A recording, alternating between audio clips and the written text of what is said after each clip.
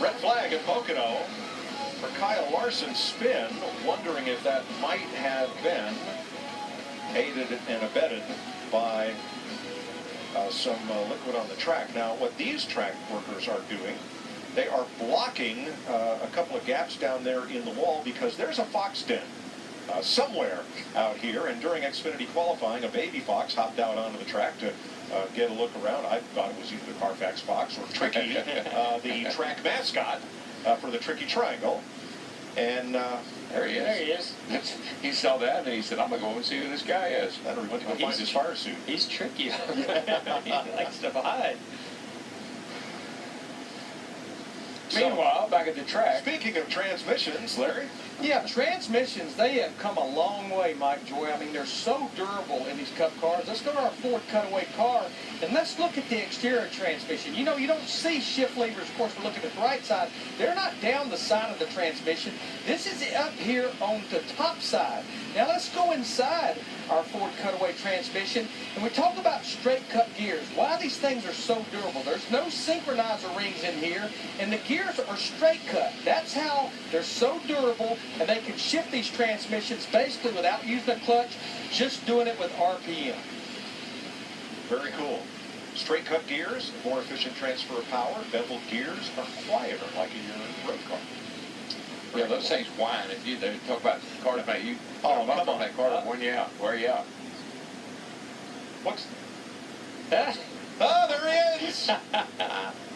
He appears. I heard of letting the dogs out, but letting the fox in. Matt? Mike spoke to Chad Johnson, the crew chief for Kyle Larson. Kyle didn't make any comments on the team radio concerning any kind of fluid on the racetrack. No damage except for around the roof flap area. Car chief David Bryan, another crew member, working in that area with some popper that's trying to fix a little bit of body work due to the wind when he was spinning in that. Remember back to qualifying, his biggest complaint during his runs, the car was just way too free. Just look at that little spoiler on the back of these cars. That's amazing how small that thing is compared to what we used to see on the back. Now, Kyle will be in the Xfinity race coming up in about an hour here. Clint Boyer will be up here in the booth. He's always got a funny take on things, such as... He's trying to go pick up some. There's a fox out there earlier. I don't know if that's what it's doing now or what. Was his name Tricky? Well played. Tricky has his own sign. He got a billboard. Got his own Instagram account. Good for him. Michael's going to take it over, I think. Okay, penalty cars have been released, and teams will be able to check their pit road speed in the remainder of this session. Clock kept running. We have 38 minutes to go in final practice. Kyle Busch, Kyle Larson, Newman, Harvick, and Kane are the Fast Five. Nice run for Casey Kane, who did not have a great qualifying yesterday. Only one Toyota in the top 10.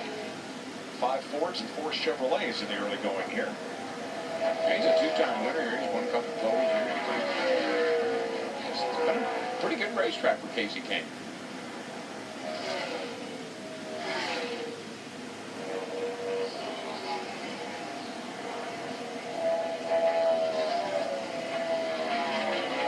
You know, Mike, Jeff, DW, they talked about letting the teams check pit road speed. If you go back to last year, Jeff, you ran this race in August. This was really the first track where they started adding the loops. They went from 10 loops to 8.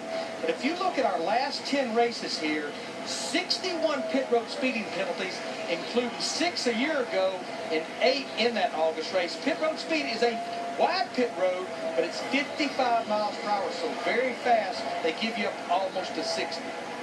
Yeah, I think any time that you're going 200 miles per hour out on the racetrack and you have to get down to 55 miles per hour, 60 miles per hour, it's so inviting to want to just push just a little bit more. It's so hard to hold your foot on that pedal and be steady enough to come all the way down this very long pit road. Look at all those red boxes in segment 1. That's the entrance to pit road, and that displays the time it takes to traverse each segment. When a box goes red, you are speeding. You're over the 55 plus the 5-mile-an-hour tolerance. I really hope we don't go back and highlight my race here last year, because I had pretty much everything that could go wrong. Seatbelts came loose, pit road speeding, you name it. But you still came home with a pretty good finish. No, we did. We were terrible. I mean, we ran good, but we didn't finish good. Especially because of the rain. 35 minutes to go, and now a couple of Toyotas creep into the top 10.